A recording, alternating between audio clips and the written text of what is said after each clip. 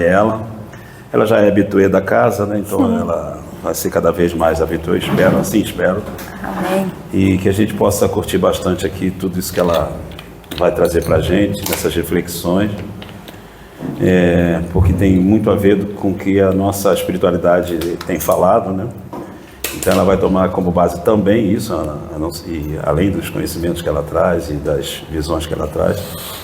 Então espero que a gente passe aqui momentos, como da outra vez que ela esteve aqui fazendo seminário, com muita alegria e satisfação, tá? Então vou fazer uma oração para a gente passar para ela, tá bom? Então vamos agradecer a Jesus por mais esse encontro, que a gente possa aproveitar o máximo que a gente já consegue, com a nossa percepção, com a nossa boa vontade, e que possamos sair daqui enriquecidos de valores que vão construir cada vez mais, de uma melhor maneira, esse nosso caminho até a perfeição, nosso caminho do bem. Graças a Deus. Graças a Deus. Daniela, então. Bom dia a todos. Primeiro agradecer ao Paulo, à casa, pela confiança, pelo convite, e a cada um de vocês que se dispuseram a vir aqui para a gente conversar. Eu acho que um seminário é um lugar mais de estudo, né? Não é propriamente a palestra. Meus pais estão chegando, parece que eu estava aguardando eles.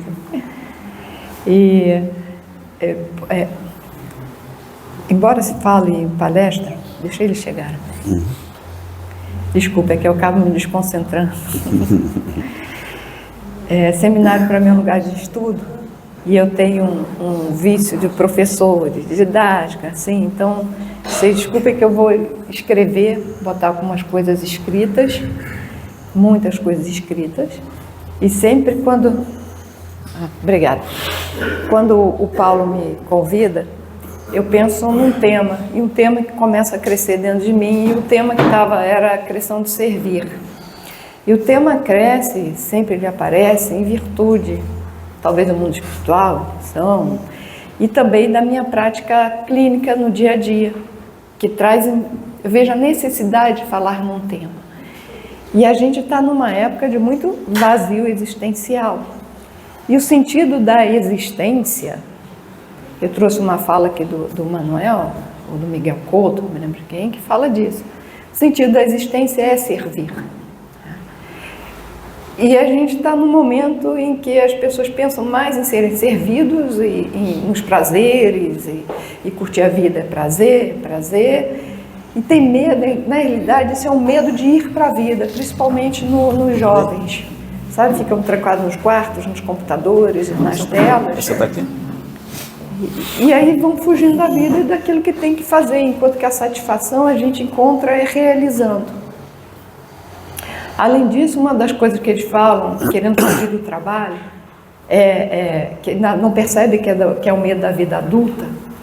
Para que trabalho, que é a invenção do capitalismo, que é não sei o quê, por que trabalhar, que devia ser, um monte de ideias. E a gente sabe que o trabalho é uma das leis morais e que é importante. Então aqui eu vou falar sobre servir, vou falar um pouquinho dessa lei moral que todo mundo já conhece aqui de tanto ler no Livro dos Espíritos, mas é tudo contextualizando nisso e relacionando com a espiritualidade. Eu deixei essas perguntas aqui para quem chegasse, não é para fazer uma grande reflexão filosófica, seria só para cada um num instante, assim, olha para a sua vida e dá uma parada e pensa nisso. Para que eu nasci, para que eu existo, para que eu vivo? E ver se o que a gente responde está em acordo com como a gente está vivendo. E depois como eu realizo esses para o quê. O como é mais do que um método, é o como no sentido de estado de espírito. Como é que eu realizo isso? Como é que eu estou quando eu realizo isso? Então essa daí é a temática. Agora sim o começando, né? Eu tirei o título, como da outra vez, o título eu tiro das mensagens psicofônicas que eu peço ao Paulo. Paulo me manda umas mensagens, porque eu estou chegando na casa dos outros, eu tenho que respeitar as pessoas, a forma que cada um pensa. Graças a Deus combina com a minha, ficava difícil. E está dentro da linha de pensamento e das mensagens que são enviadas para casa. que não deixa de ser para nós todas. Eu aprendo muito com as mensagens compartilhadas. Então, o título, ele vem... tem isso aqui. Não, é aqui? Não, ele liga do lado. É porque para eu ver o botão, eu tinha que tirar o óculos. É que o óculos é para longe.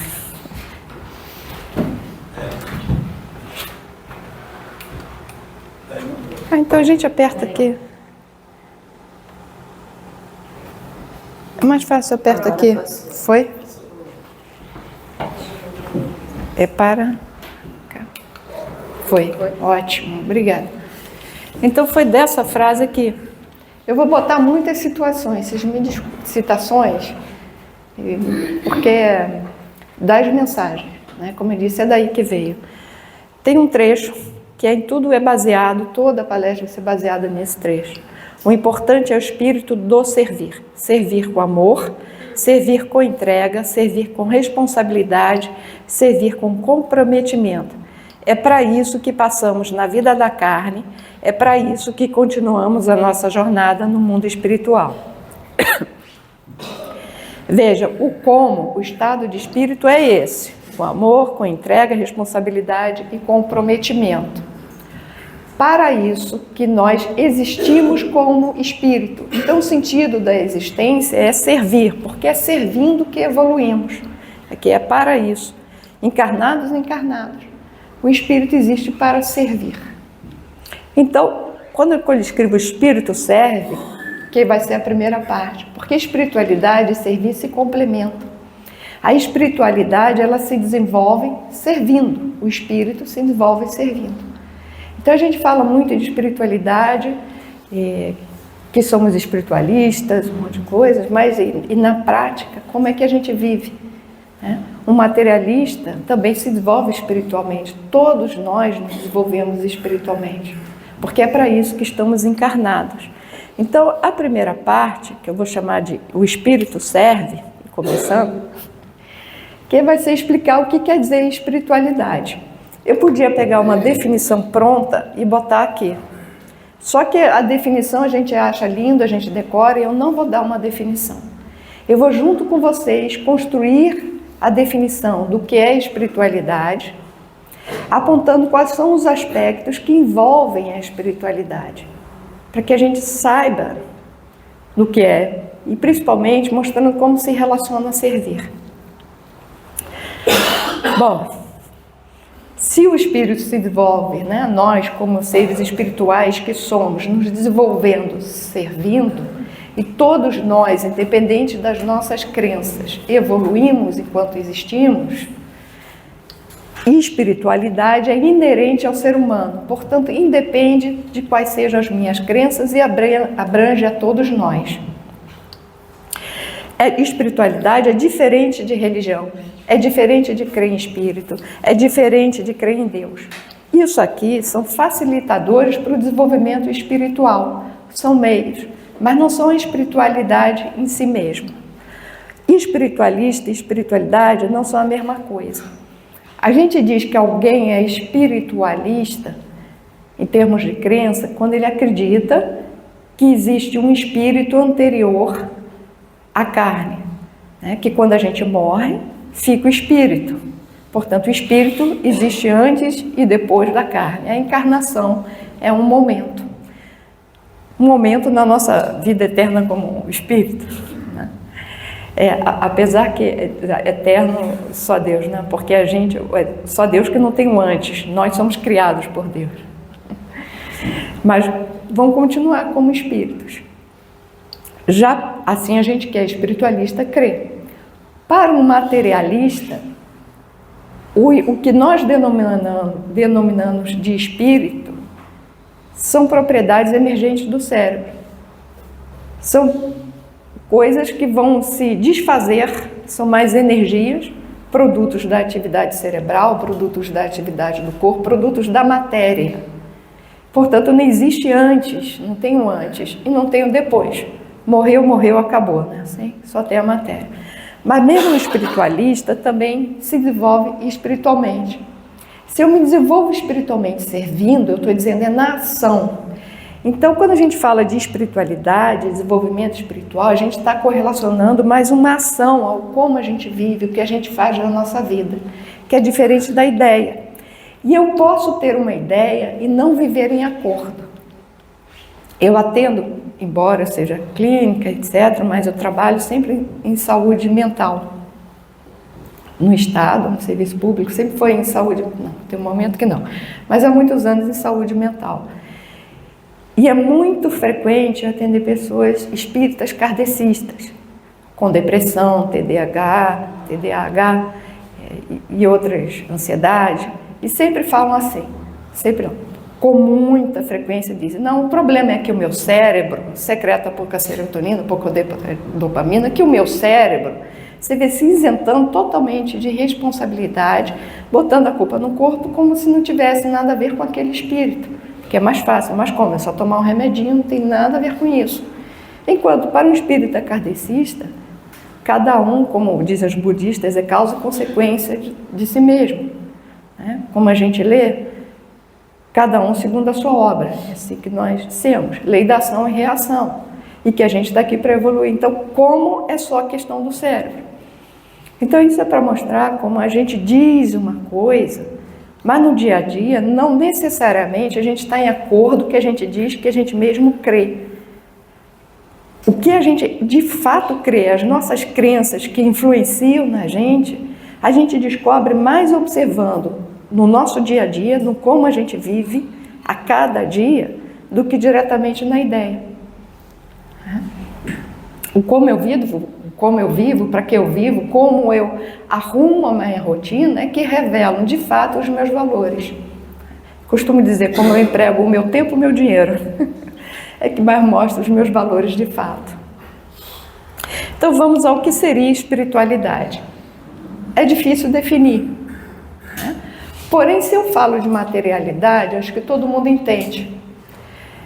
E como a gente enxerga melhor as coisas por contraste, no mundo da dualidade, tudo a gente fala é por contraste. Quando eu falo quente é porque eu entendo frio, se eu falo alegre é porque eu entendo tristeza, senão não tem como entender. A gente está no mundo da matéria, que é o mundo da dualidade, e a gente precisa do contraste para enxergar.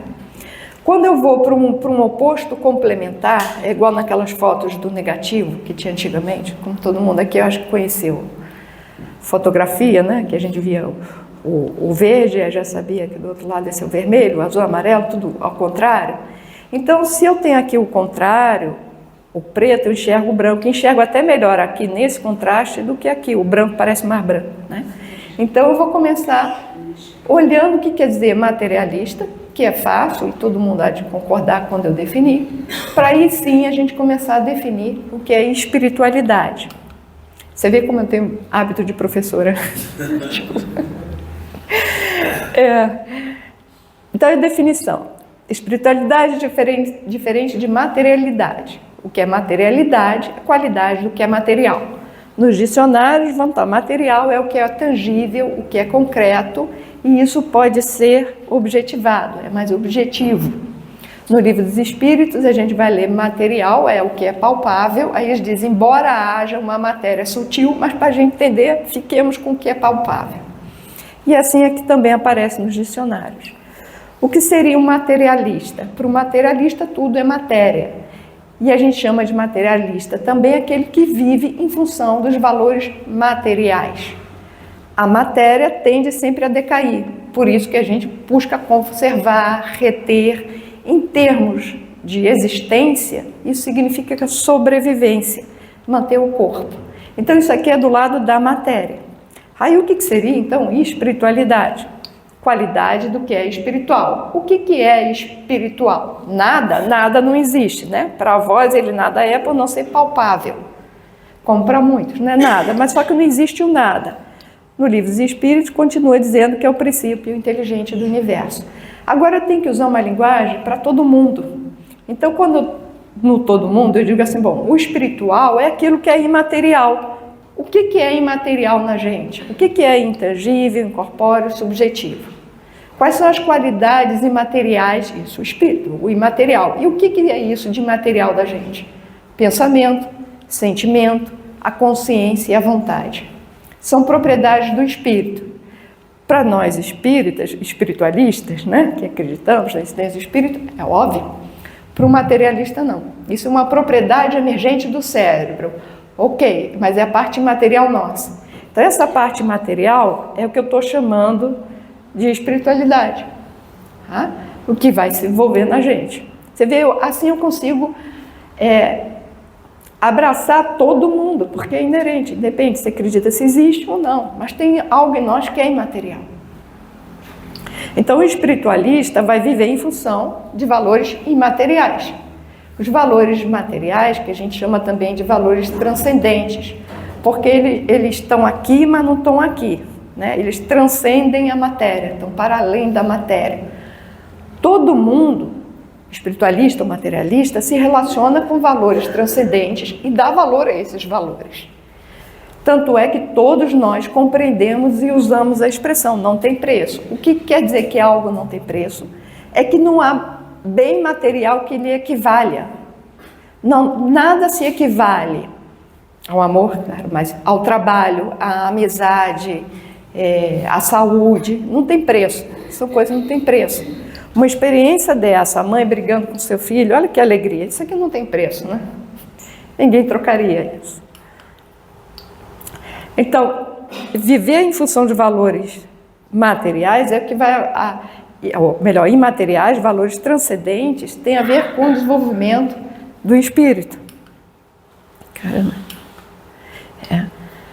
Se a matéria decai, esse material é o lado que evolui, é o contrário. E a gente até diz, e sabe, e vive isso. Se os idosos pudessem, se os jovens soubessem. Se os idosos pudessem, porque a matéria cai. Porém, os idosos, né, os cabelos brancos, as rugas, trazem experiências. Então, por isso, o jovem não tem experiência, ele ainda não sabe.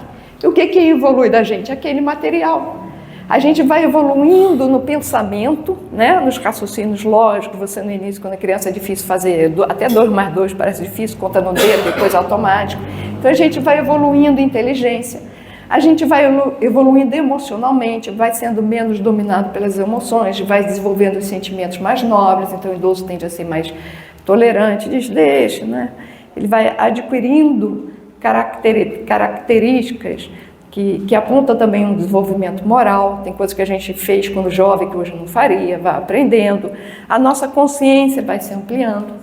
E a capacidade de disciplinar a nossa vontade vai ficando mais disciplinada. Quer dizer, eu não fico tão em função do deu vontade fácil, né? Eu consigo nortear mais as minhas escolhas. Então, isso tudo é da parte material da gente, que vai desenvolvendo com a vida. Então, o espírito evolui. E como é que ele evolui? Com as nossas vivências, com as nossas experiências do dia a dia. A gente vai aprendendo, aprender é mudar de comportamento a partir da experiência. A gente vai amadurecendo, amadurecer essa ampliação de consciência com a experiência. Então, com a vida, com aquilo que a gente faz, com o sentido que a gente vai dando para a vida, com as nossas vivências, o espírito vai evoluindo. Sejamos materialistas ou espiritualistas. Percebe? Isso é com todos nós. Aqui eu botei o quadro comparativo completo e essa imagenzinha representando uma frase que, se alguém nunca falou aqui, mas eu já, ou já senti isso, pelo menos já ouviu, que é alguém dizendo em tom de queixa, eu estou vegetando, eu só estou vegetando. O que quer dizer eu estou vegetando? Eu só estou sobrevivendo, não estou fazendo nada da minha vida, eu não estou vivendo. Quer dizer, tem um anseio na gente por vivência. A gente não está aqui só para sobreviver, isto é, nascer e sobreviver não bastam para a gente. É preciso nascer no espírito, que eu sou junguiana, a gente chama nascer no espírito, significa a aquisição de uma consciência individual e única. Uma criança já começa a apontar esse anseio dela. Uma criança passou da primeira infância, com frequência ela já pergunta, mãe, você queria que eu nascesse? Você quis que eu nascesse? Mesmo uma pequenininha ainda, começa a fazer coisas para chamar atenção, que não é só para ser amada, é para dizer também, eu não sou que nem ela, é para se distinguir das demais e mostrar assim o seu valor. A gente anseia por ser alguém. Além disso, vou de novo para a criança, né? A criança passou da primeira infância, tem um dia chato, entediado, é contrariada, é capaz de reclamar, que saco de vida, que droga, porque eu nasci, eu não queria ter nascido. Isto é, começa a reclamar, principalmente no momento de dor, por sentido. Para que eu estou aqui? Ela não verbaliza essa pergunta assim, mas de certa forma diz. Então isso aí é um anseio nosso, a gente anseia por sentido. A gente anseia por ser alguém, por ser significativo.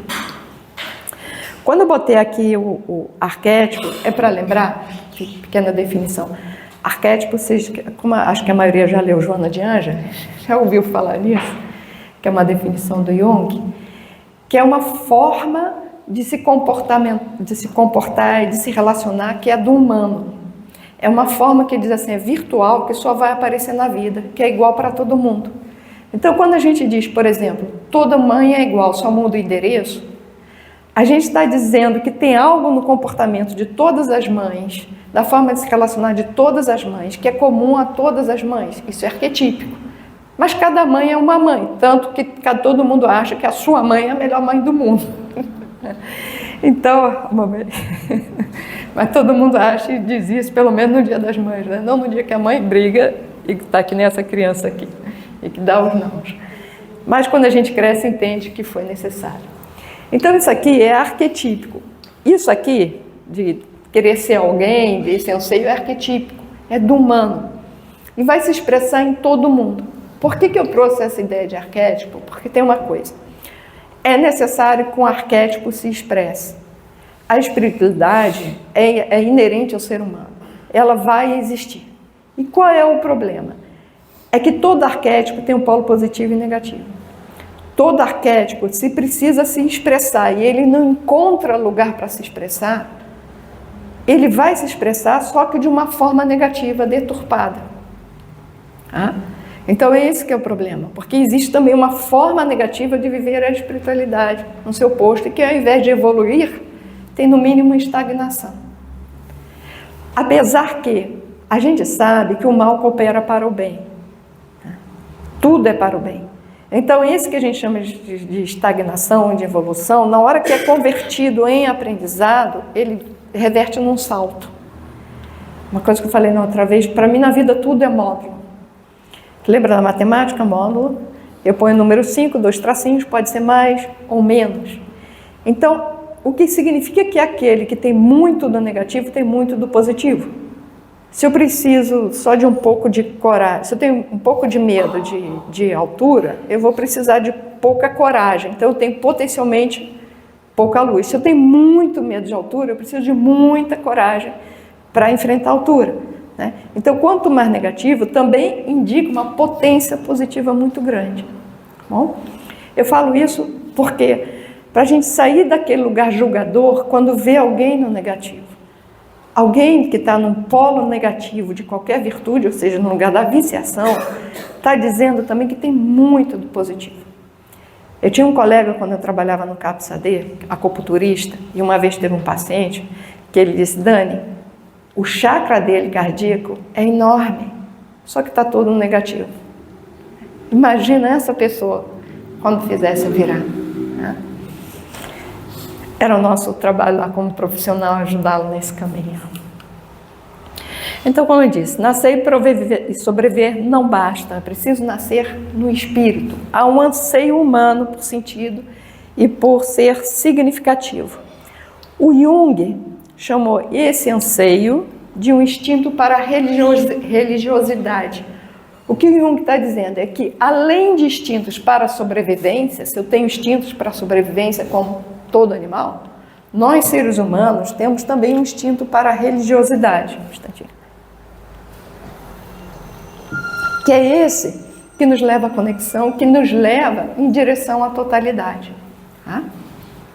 Nessa busca por sentido, por ser significativo. E mais, Jung diz que para eu desenvolver minha vida, ganhar sentido e eu me tornar significativa, eu preciso estar em relação Quer dizer, ter um ponto de referência fora do mundo, com valores transcendentes, com algo extra-mundano. Porque para eu me distinguir da massa, me tornar esse ser único que eu sou, né, me separar da massa, óbvio que eu preciso ter um ponto de referência para além, para qual eu me distingo. Então eu botei essa aqui para sair da massa. Nesse ponto de referência eu tenho para onde ir, né, para algo maior do que eu e para além de mim mesmo. E hoje a gente vê muitas vezes o homem reverenciando a sua própria criação e dizendo que não existe nada para além da minha inteligência. Eu sou médico homeopata, então se eu não entendo a homeopatia não existe. Tudo que eu não entendo não existe. Tudo que a minha inteligência não é capaz, não existe. Na literatura de Kardec até fala muito, que muito da não crença é simplesmente um orgulho humano. Então, aqui, de mim, do ser humano, né, em que ele reverencia as suas criações e não existe nada para além dele, como evoluir? A gente sempre precisa desse ponto de referência. Então, agora eu vou começar, finalmente, as definições de espiritualidade. O primeiro e o segundo aspectos, na realidade, já falei de 3, vamos por parte. O primeiro e o segundo aspectos da espiritualidade, em qualquer definição, é que vai ter busca por sentido, e esse sentido é pessoal. Cada um vai dar da sua forma para a sua vida, embora seja em direção, que é o fim último, a totalidade, Deus, como quer que seja, o bem, o amor, cada um vai chamar do seu jeito. Mas cada um tem o seu jeito. Sentido é uma seta que vai de um ponto para o outro, né? Eu posso pegar o metrô, é o Uruguai, Jardim Oceânico, ou do Uruguai para Uruguai, Jardim Oceânico, ou Jardim Oceânico para o Uruguai, né? Tenho 2 sentidos. Na realidade, existem 3 sentidos possíveis na vida. Um de mim para mim mesmo.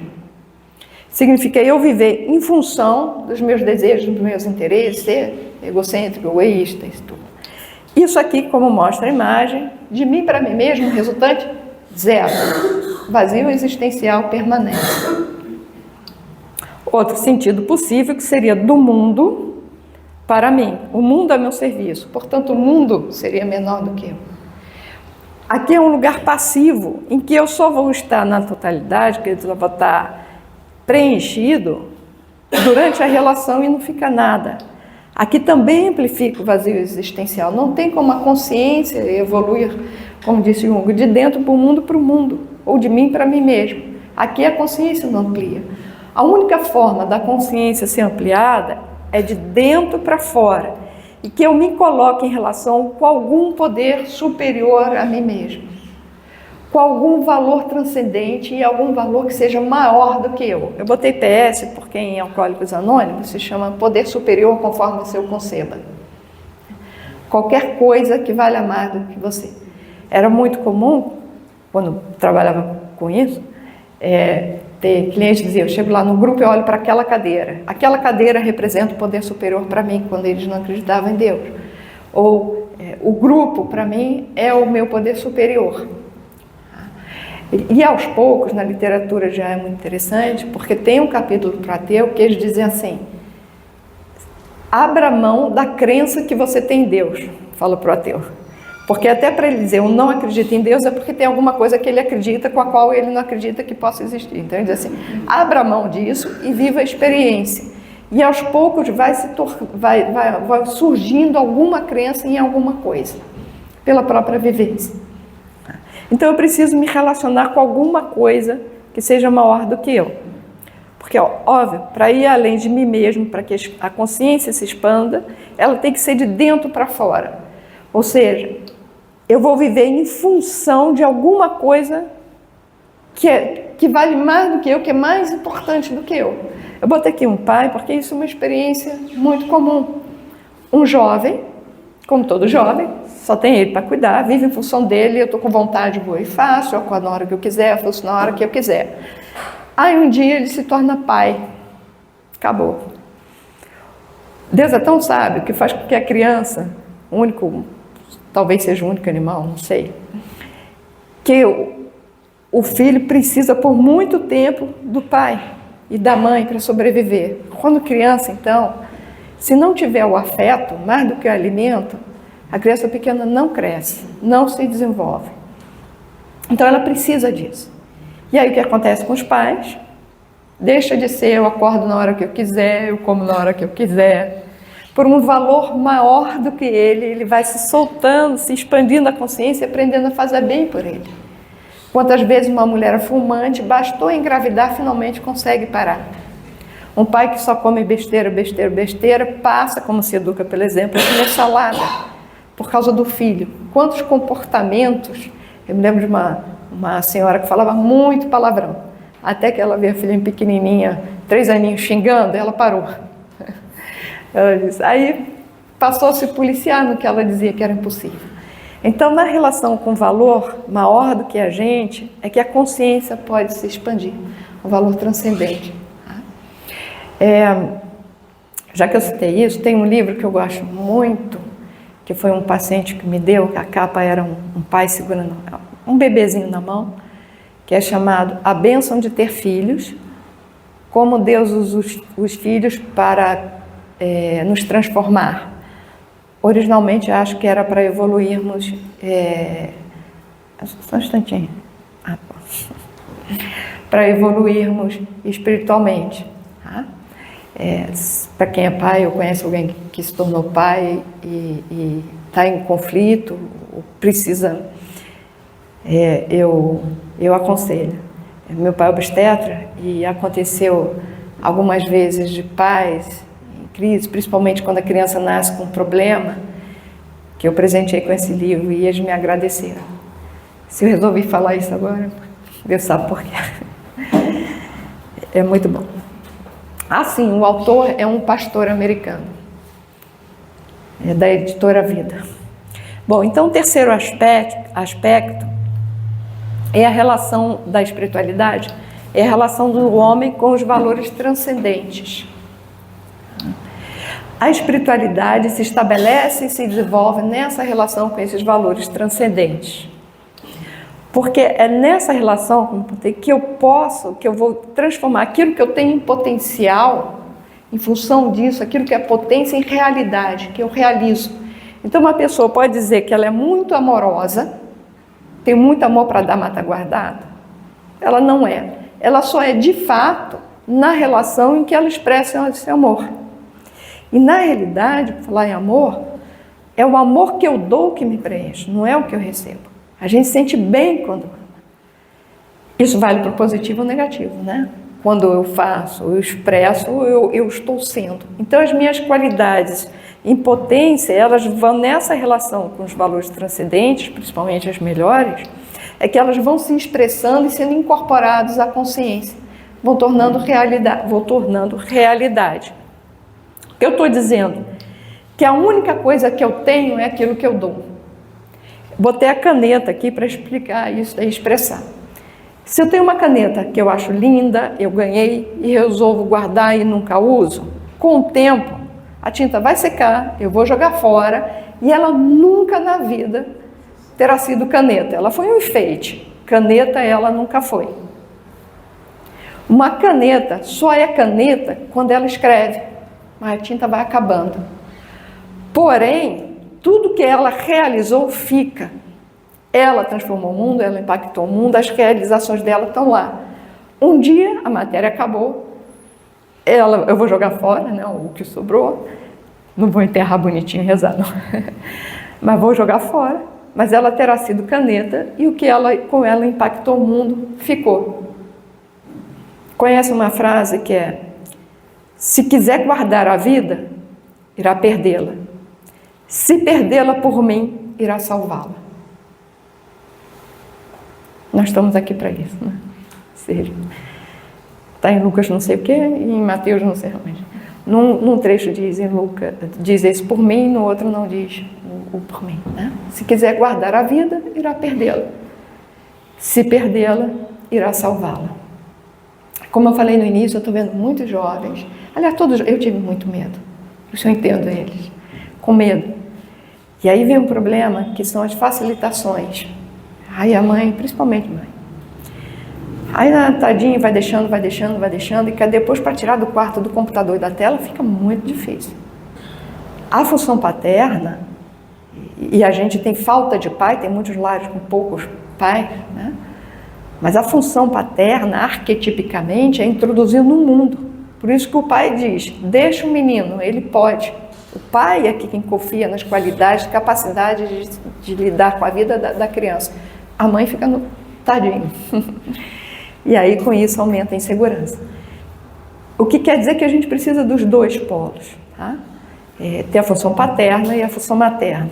O pai aqui que eu estou dizendo é a função. Muitas vezes é a mãe é que vai precisar exercer essa função e dizer, vai para a vida. A gente precisa ir para a vida. A gente só vai ser a gente, se frustrando, doendo, etc. E só vai se desenvolver espiritualmente na relação com a vida. Então, voltando, precisamos perder a vida para salvá-la. Quando eu realizo, eu me sinto pleno. Pleno é cheio. Me sinto pleno e leve. Paradoxo. A união do paradoxo, o paradoxo é uma união de opostos. A união dos opostos é a verdadeira transcendência, em que eu estou para além da dualidade, né? Desse mundo da dualidade. Então, quando a gente está se relacionando com isso e executando, servindo, do que eu estou dizendo aqui? Que eu realizo naquilo que eu dou, eu realizo, as minhas potências se tornam reais. Eu passo a incorporar, eu me torno isso, eu possuo, eu fico pleno e eu vou servindo como uma caneta. Aqui que está o servir. Na medida que eu sirvo como ser espiritual que eu sou, é que eu me desenvolvo, que eu me torno um co-criador do universo, pelo aquilo que eu produzo como uma caneta, e um co-criador de mim mesmo, porque eu estou evoluindo. Co-criador, quer dizer, junto com Deus, né? Servindo é que eu me torno significativo, é que a minha vida ganha um sentido capaz de preencher aquele vazio existencial. E é servindo que eu sou útil, que eu sou alguém. Aí, como eu falei, é uma questão arquetípica. Se eu disse que tem 3 sentidos possíveis, existe esse sentido de mim para mim mesmo, e isso aqui é o que Jung chamou de uma espiritualidade inferior. É também espiritualidade, só que ao invés de estar em relação com valores transcendentes, eu estou materiais. Aqui não preenche. Tá? O que acontece? Ao invés de eu servir, eu sou servido pelo mundo. O mundo é que tem que fazer o que eu quero, que está a meu serviço. Esse é um lugar que eu ponho isso aqui, que hoje a gente fala muito que aproveitar a vida, eu interrogo, uma vida boa, plena, é aquela que você aproveitou, botou no lugar de curtir. É viajar, é a festa, é bebedeira, tudo bem. Só que isso é para ser o sal. Isso aqui é prazer. Sal, tempero é pouco. O que nutre a alma é o que eu faço da minha vida. O sal, vou ficar precisando cada vez mais. Aqui, só voltar aqui. Isso aqui é que nutre. Isso aqui que alimenta. É aquilo que eu dou que me preenche. Então a gente está trocando o que é para ser o arroz, sabe, a comida, e botando muito, querendo mais tempero. Isso aqui amplia o vazio. E o que acontece também, esse lugar de consumo, de fora para dentro? Consumo é para ser insaciável, né? Quando o indivíduo consome, ele se sente bem. Se pega aquele jovem que está com medo de ir para a vida, ou qualquer um de nós, quando temos uma dor grande, a gente experimenta, e às vezes tem momentos na vida que é necessário, mas são momentos, não é para ficar indo adiante, tá? Então, na medida em que você consome, você se sente bem, passa aquela dor, se sentiu bem. Passou o efeito, volta, porque você não se transformou. Você não aprendeu a lidar com aquela dor, a dor só passa você passando por ela. Lembra da criança lá, pequenininha, precisando de sentido para lidar com a dor? Então, consome, passou o efeito. Aí, eu vou entrar nisso, existe uma neuroregulação. Você ativou a área da recompensa, que era para ser recompensa, né? Aí não está recompensando nada, né? Após trabalho que você veio com prazer. Consumiu, se sentiu bem. Passou o efeito, voltou, você consome mais. Começa a ter uma neuroregulação nessa área, que você vai tendo muito receptor para dopamina e secreta mais dopamina, e aí fica mais receptor, porque tem muito, cada vez vai precisar de mais, isso que cria essa tolerância, né? Precisa de cada vez mais. Então o indivíduo não só desaprende a sentir prazer com outras coisas, como passa a precisar de muito estímulo para sentir prazer. Então vai cada vez mais. O que acontece é que chega um momento que ele não usa. Aqui eu botei só para lembrar uma coisa. Quando eu estou falando de consumo, a gente junta na adicção comportamentos aditivos, tá? Comida, jogo, telinha, compras, e além do uso de substâncias, tá? As substâncias também. Então chega um momento que o indivíduo, ele não tem um comportamento, ou ele não consome porque ele quer, ou porque é bom aquilo, é porque é ruim ficar sem. Houve uma desregulação cerebral que fica muito ruim. Tá? E por isso que é difícil, e por isso que a gente está dizendo, ele começa a abrir mão de outros valores em função disso, ele vai se tornando um adicto. O que quer dizer adicto? A palavra adicto vem de entregue como escravo. Isso aqui eu estou falando porque vai ser importante quando eu falar do serviço. Tá? Entregue como escravo. Esse lugar da telinha eu não tenho como não falar, porque é um problema que a gente vê hoje. E deixa eu dizer uma coisa assim. Todo mundo já ouviu falar que o crack vai viciar mais rápido que a cocaína. Porque o crack, ao ser inalado, ele vai mais rápido para o cérebro, dá mais rápido o efeito, daquele pico cai. Então logo ele precisa de mais e fica assim, então é mais rápido de viciar, tá? Quanto mais rápido entre o momento do uso e o efeito de se sentir bem, mais a capacidade de viciação. O que YouTube, TikTok, Instagram fazem hoje em dia? Shorts, aqueles vídeos curtíssimos e sem bordas, para você passar direto de um para o outro. Você entra para ver um, quando viu você passou 20 minutos vendo 2, 3, 4, 5, 6, 6. Imagina a criança. A criança hoje, o que está acontecendo? Os pais brigam com ela. O que ela faz? Ela vai para o quartinho, pega a telinha e ela não lida com a dor, com a frustração. A gente ficava no cantinho, vai e chora, esperneia, lide você com sua dor. Ela se anestesia na hora. O que a gente está permitindo que aconteça com a nossa criança? Porque é cômodo, desculpa a gente, já que fica gravado, isso está preocupando a gente, médico, né, que a gente está lidando com esse jovem. É cômodo eu chegar num restaurante, na casa de um amigo, ao invés de educar a criança para ficar quieta, dar o celularzinho na mão. Eu vi no Luciano Huck, semana passada, já desse problema falando, nós que estamos lidando com a saúde, que já estamos pegando a consequência disso. Como eu falei, eu estou atendendo jovens de 25, 30 anos, ainda dentro do quarto, na tela, que não vão para a vida, dando milhões de desculpas. Já são um reflexo disso. Imagina agora que está muito pior. Desculpe esse intervalo. Voltando aqui. Então, isso aqui aumenta o vazio existencial. O indivíduo não está servindo. O consumo é para ser insaciável, servir passa. Viver uma vida hedonista de prazer também aumenta o vazio existencial. Jung chamou isso de espiritualidade inferior. Por quê? A gente anseia pela totalidade. No momento em que eu estou em relação com o meu objeto de consumo, eu me sinto bem, estou preenchido, eu tenho essa sensação de totalidade, só que a minha é inferior. Passou, vai embora. Enquanto na superior tem um processo de desenvolvimento da consciência, que eu estou indo em direção a Deus. A espiritualidade superior é um lugar que eu vou desenvolvendo as minhas potências, que nós chamamos de divina. O que há de melhor em nós vai crescendo nesse caminho. Aí vem aquele lugar, várias pessoas que já trabalharam com a adicção, já disseram isso, são as pessoas mais espiritualizadas que eu conheci, só que estão no polo inferior. Estou falando isso para a gente não discriminar e ver ali. Já vou trazendo uma coisa assim da prática, que é muito boa e para todo mundo botar na relação. Quando eu tenho qualquer antipatia com alguém, ou qualquer problema, como tem muita projeção, todo mundo tem característica boa, foca naquela característica boa, se relacione com ela interiormente. Se os seus olhos forem bons, todo o seu corpo terá luz, quer dizer, vai fazer bem para você e para aquela pessoa. A gente trabalhando com adicto, os próprios se veem mal.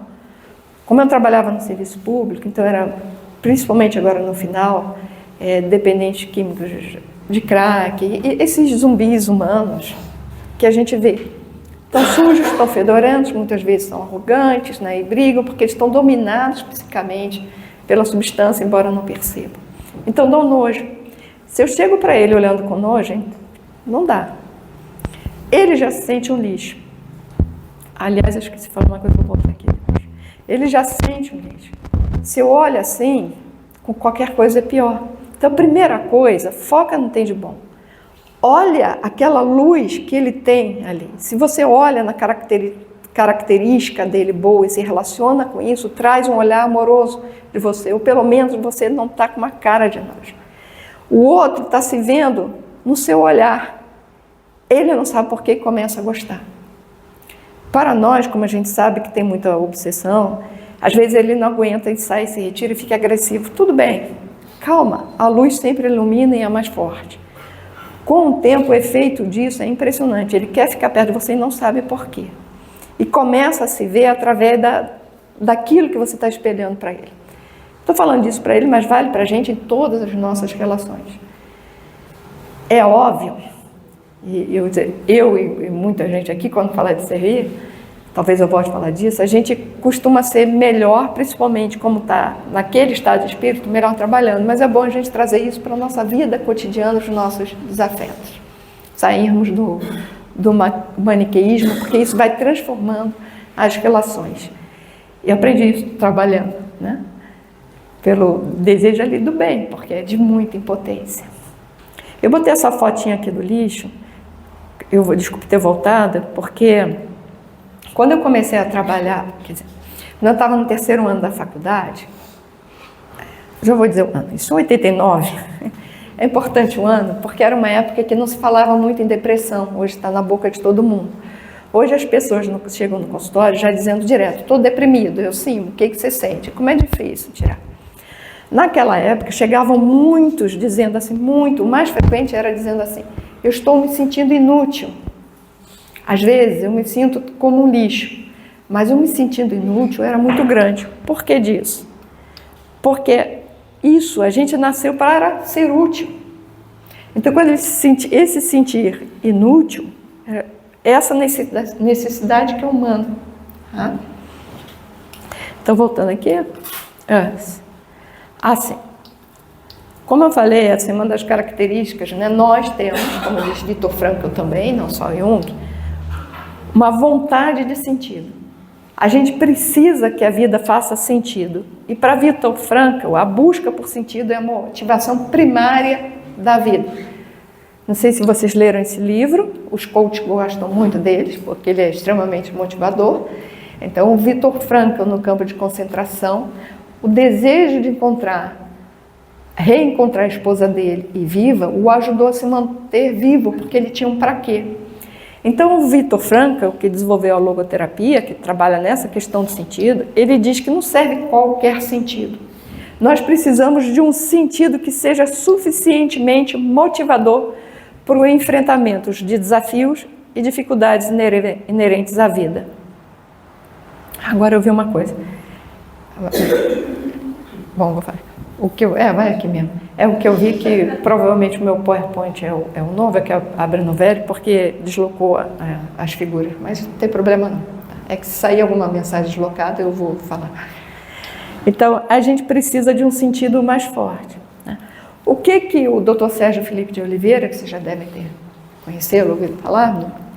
Que trabalha muito a questão da espiritualidade na medicina, ele diz o seguinte, que na mesma linha da nossa missão está a nossa dificuldade.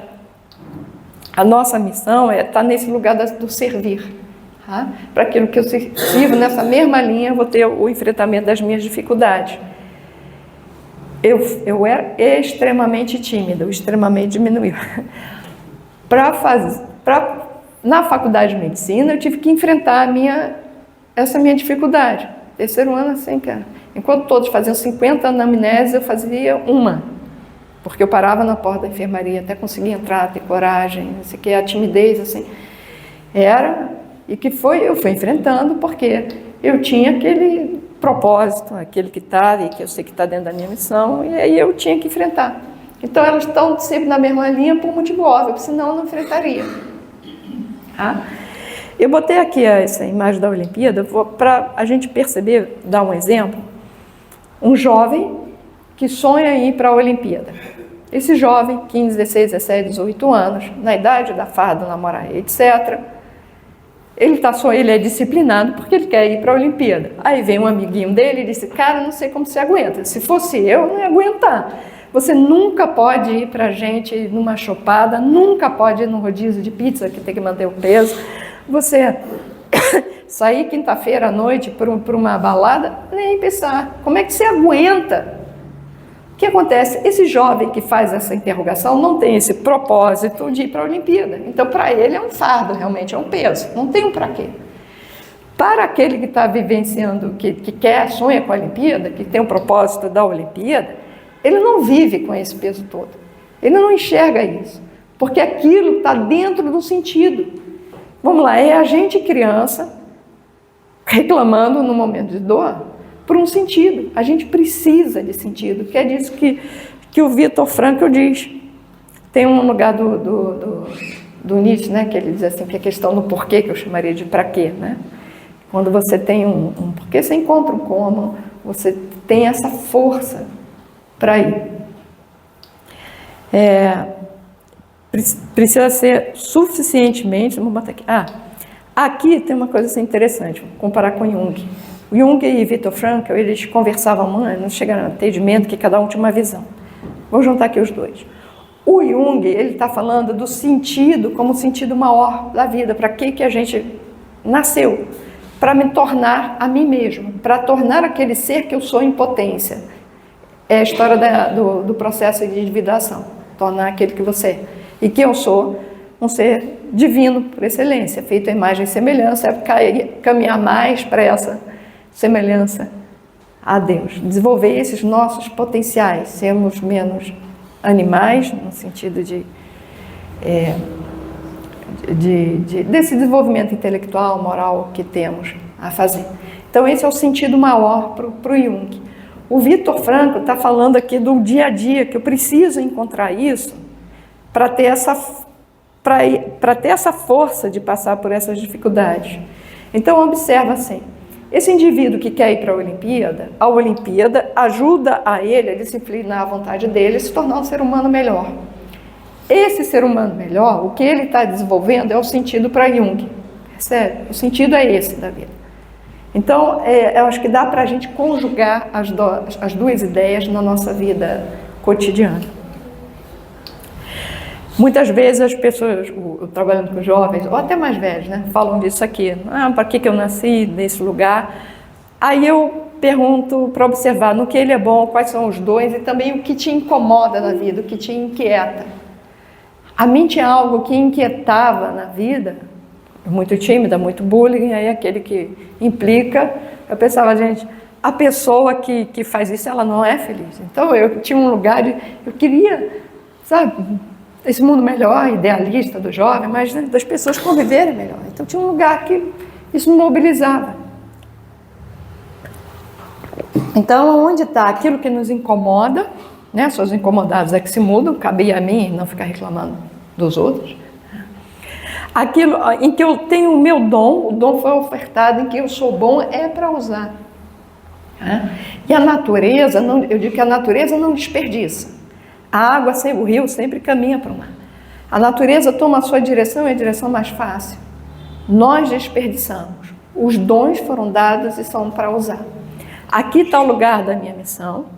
E como estão na mesma linha, eu digo também, olha quais são as suas dificuldades, em que você precisa melhorar, em que te atrapalha.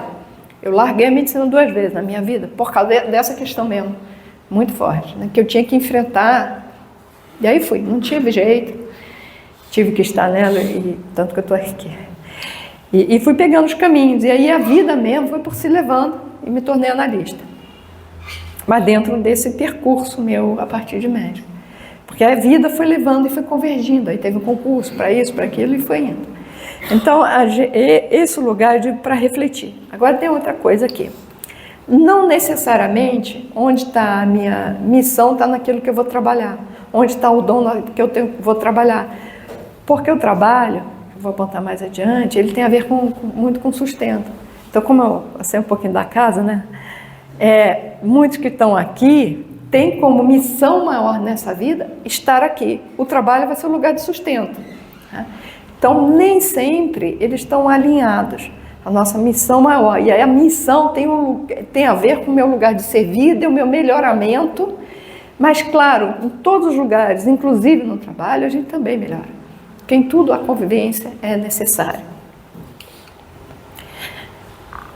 Água. Bom, que eu me lembrei dessa coisa. O quarto elemento, então, tem assim, voltando, como sai falando, recapitulando. Os elementos compõem a definição de espiritualidade.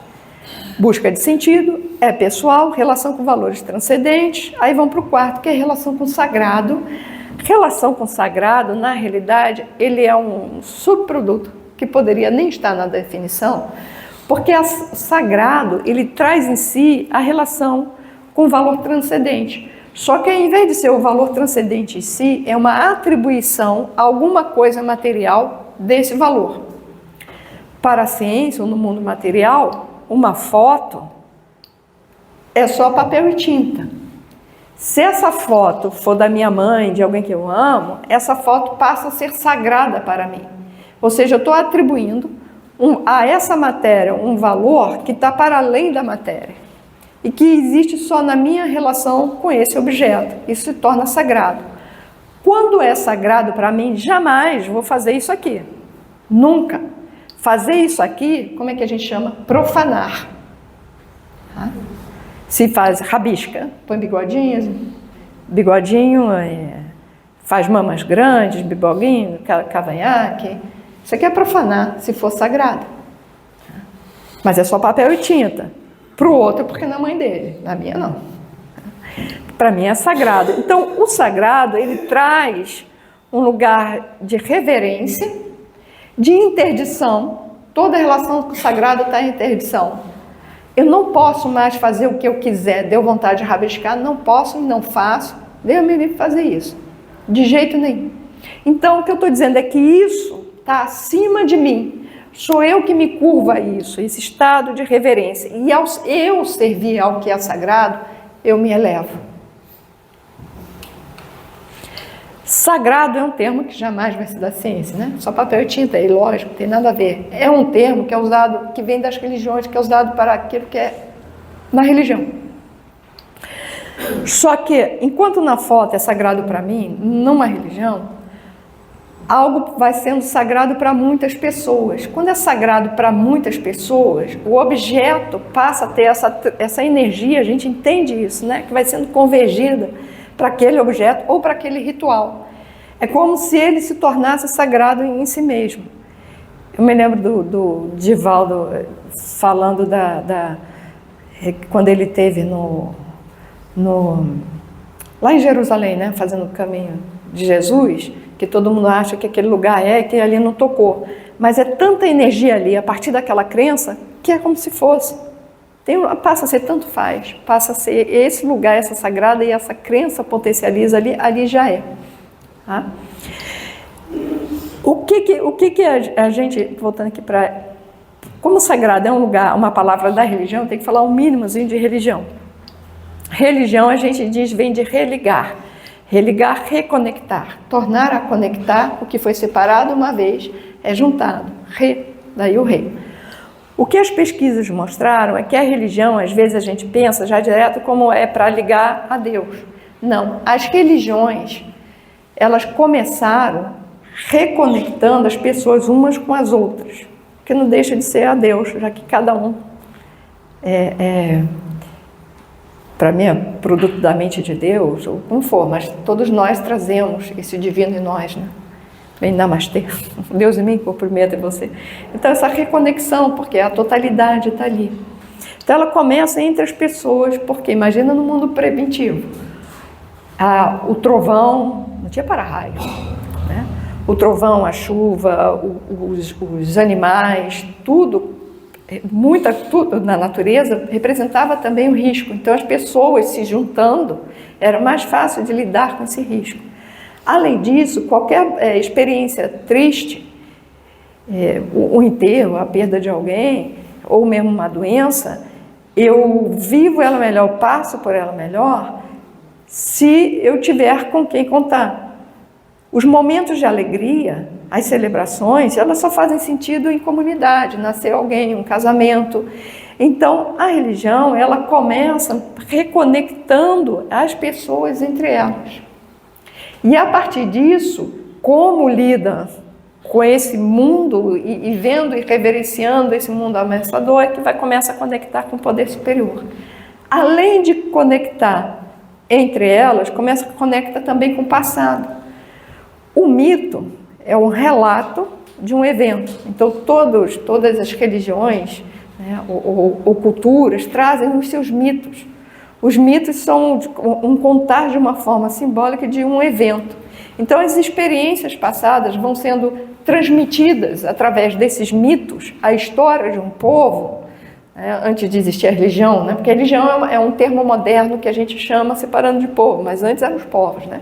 Os indígenas têm os seus, os povos vão tendo os seus rituais, a sua forma de se relacionar com o sagrado, com o transcendente, etc. Então, os mitos são essas narrativas de eventos. Os rituais são os mitos em ação. É a forma com que eu simbolicamente também, eu repito aquela experiência do passado, portanto, através do ritual, eu me conecto com o meu passado. O que a gente está dizendo? É que essa relação com o sagrado e a religião, ela nos conecta com o meu passado, com o futuro, porque eu vou transmitir, me conecta, ela transcende tempo e espaço. Transcende tempo e espaço, me conecta no aqui e agora, me conecta no tempo. Ela traz essa reconexão com a totalidade. As pesquisas mostraram que as pessoas que praticam uma religião e que principalmente realizam rituais juntos, elas são, isso aqui, estou botando aqui, na religião se cria um sentido comunitário, aumenta a confiança e o apoio entre as pessoas, essa conexão, e na prática o que se observa é que a capacidade dessas pessoas, em pesquisas mesmo, tá? A capacidade das pessoas de saírem do seu interesse individual em nome de um bem coletivo é maior, a propensão delas a fazerem isso. A propensão em atuar em função de um valor transcendente é maior.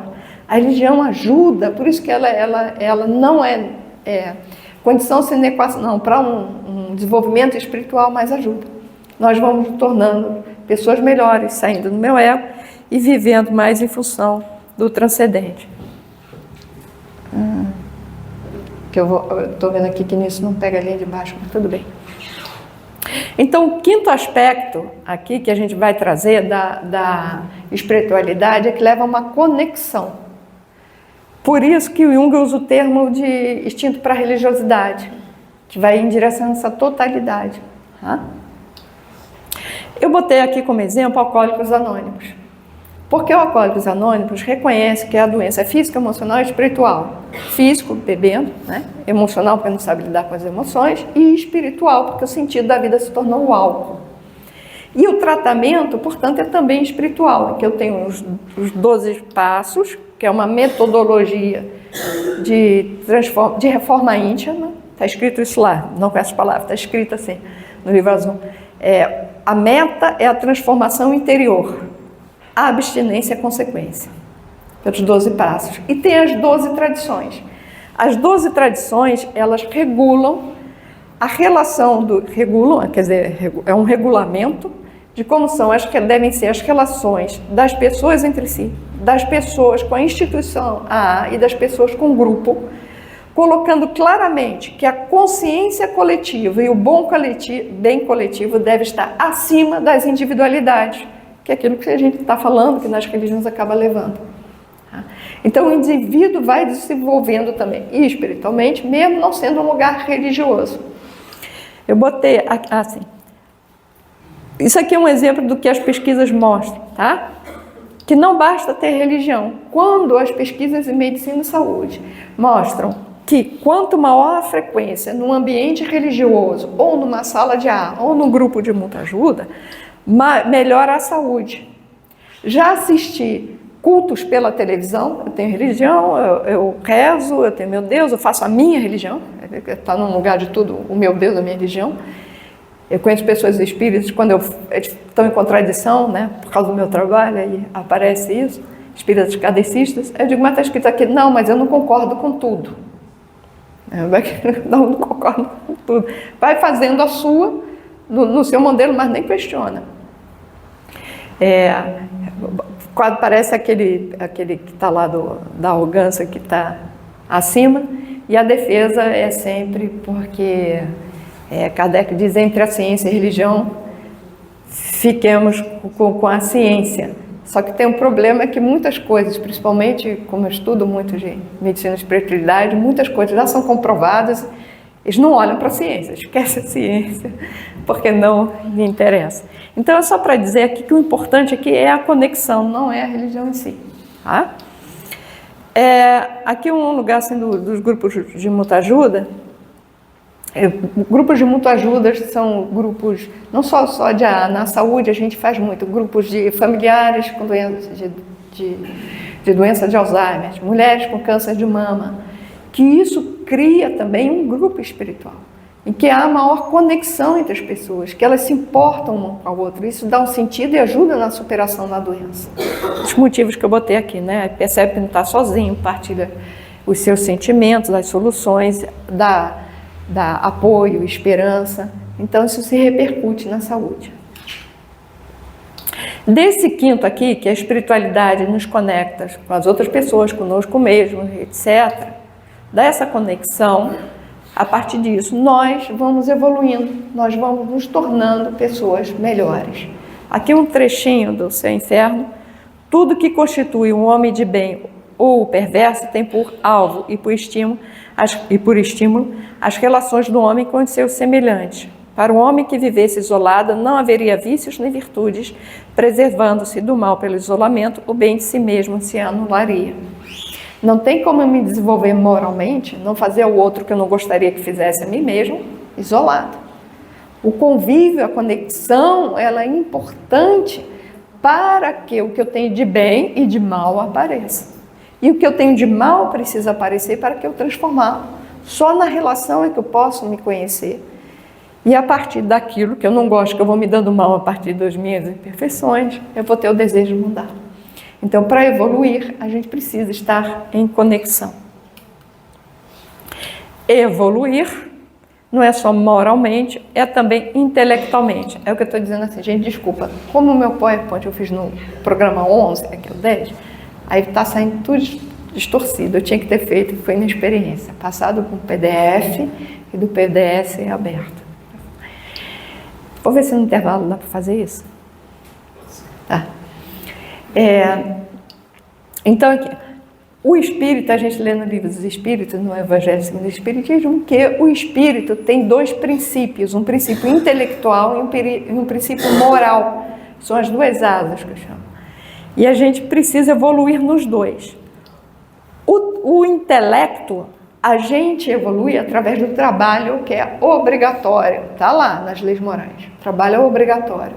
Através dele eu vou usar o pensamento, vou precisar estudar, etc., criar soluções. Então eu vou me desenvolvendo intelectualmente. E me desenvolvo moralmente a partir das relações na vida em sociedade. Para eu conseguir desenvolver os dois, lembra que eu estou falando de propriedade do quê? Do parte imaterial da gente. Quer chamar de espírito? Chama de material. Para desenvolver os dois, eu preciso da vontade. Vontade, Jung define simplesmente como energia à disposição da consciência.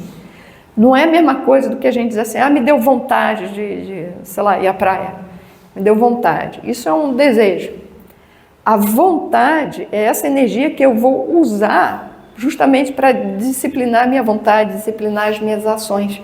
Então a gente precisa disciplinar a nossa vontade para a gente evoluir. Lembra do Chico Xavier, né? Quando ele passa pelas 1000 provações, aí aparece Emmanuel e diz assim, a sua missão é essa, você quer? Quero. Você vai precisar de 3 coisas. O quê? Primeiro, vontade. Primeiro, disciplina. Segundo, disciplina. Terceiro, disciplina. Sem disciplina, ninguém chega a lugar nenhum. Eu botei essa menininha, porque eu sempre fui boa aluna lá, quer dizer, não sei se sempre, mas a minha memória é de ter sido boa aluna. E aí era muito comum eu ouvia os colegas dizendo assim, eu não estudei porque eu não tive vontade. Eu sempre dizia, mas eu também não tive vontade, só que eu sentei e estudei. Às vezes ela aparecia, às vezes não aparecia, mas eu me forçava a ficar ali estudando, porque eu queria, mais do que passar de ano, eu queria entrar logo em férias para ir brincar. Então eu ficava, daqui a pouco, eu ficava pensando, daqui a pouco você vai estar lá embaixo, na rua, né, brincando com o coleguinha. Então é isso, a gente precisa disciplinar a vontade. Essa observação aqui é só para lembrar que a gente tem os dois. Resumindo, acabando a primeira parte. Resumindo, conceito de espiritualidade. Cada um formule a frase do seu jeito, mas ela tem que abranger. Sentido é para o quê? Em função de que eu vivo? Para que eu vivo? Ele é pessoal. Esse sentido vai ter relação com os valores transcendentes e com o sagrado. Tem que levar uma conexão, daí Jung chama de instinto para religiosidade. Precisa levar a evolução, o objetivo é evoluir. Aqui eu botei pontinho, pontinho, porque isso aqui não está na definição, é só para lembrar que a gente evolui pelo trabalho e pelas relações. Pode ou não ter relação com a religião. Aqui eu não precisava falar, mas me deu vontade de botar isso aqui. É que a Dana Zohar, que é uma física, ela desenvolveu o conceito de QS, que é a inteligência espiritual, que ela diz que vai agregar a inteligência, o QI, a inteligência essa que tem a ver com o pensamento lógico, e a inteligência emocional. A inteligência espiritual, ela define isso, assim, a inteligência é capaz de colocar nossos atos e experiências em contexto mais amplo de sentido e valor. E o que ele está dizendo assim, é aquilo que me coloca incapaz de olhar, eu costumo dizer assim, isso é um termo da Kabbalah, tá? Vê a figura mais ampla, olha de fora, sai do seu umbigo. Por que eu saio do meu umbigo? Percebe assim, quando eu fico triste, quando eu tenho medo de alguma coisa, quando eu tenho raiva, quando eu tenho ressentimentos, é sempre porque a minha vontade não foi realizada ou pode não ver realizada. Eu estou botando a minha vontade, o que eu quero no centro. Sai você do centro, olha a figura mais ampla. Em Narcóticos Anônimos se diz assim, põe o poder superior no centro, a vontade divina no centro. Sendo vontade divina, você vai sair da raiva e vai ver é o que é, vai ter fé em relação ao futuro, aceitação do passado. Então ela diz assim, olhe de fora, olhe a situação de fora e encontre aí um sentido mais amplo e de valor. Isso aqui. Para desenvolver o QS, diz assim, preciso de práticas espirituais, que são oração. A oração ajuda, quando a gente está no problema, a olhar de fora, né? E já olhar de fora, você se conecta com essa vontade divina, nos ajuda a ter essa perspectiva mais ampla. A meditação, porque eu, na meditação também paro de rodar em torno dos problemas, né? Na oração eu escuto, na oração eu falo e na meditação eu calo, eu me centro. Ao respirar eu me reconecto com o divino também, né? Com o ar, né? Deus assoprou no barro, lembra, na criação? Então, a respiração, ela também traz essa conexão. Eu vou normalizando as minhas emoções a partir do controle respiratório, porque para cada emoção tem uma forma de respirar. Aí a gente vai tranquilizando. Na meditação, eu paro de girar em torno daqueles pensamentos no qual eu estou presa aqui. A meditação ajuda eu perceber que eu não sou nem meus pensamentos, nem os meus sentimentos, estou acima disso. Então ela vai me trazendo essa reconexão. Essa é uma prática espiritual também. A contemplação e olhar para o horizonte, porque eu estou fechado em mim mesmo. Só isso já amplia. E a gente vive muito em cidade grande, apartamento fechado. Então, uma dica, tá mal, vai para a janela. Olha longe. Se você leva a sua vista para longe, te ajuda a ver mais longe. Isso também já tem pesquisas mostrando quanto só olhar para o horizonte já ajuda. Outra coisa, boas leituras edificantes, porque também nos ajuda a ver tudo sobre uma perspectiva melhor. E a caridade, que é o amor em ação, né? É o próprio servir. A primeira parte. Decisão. É.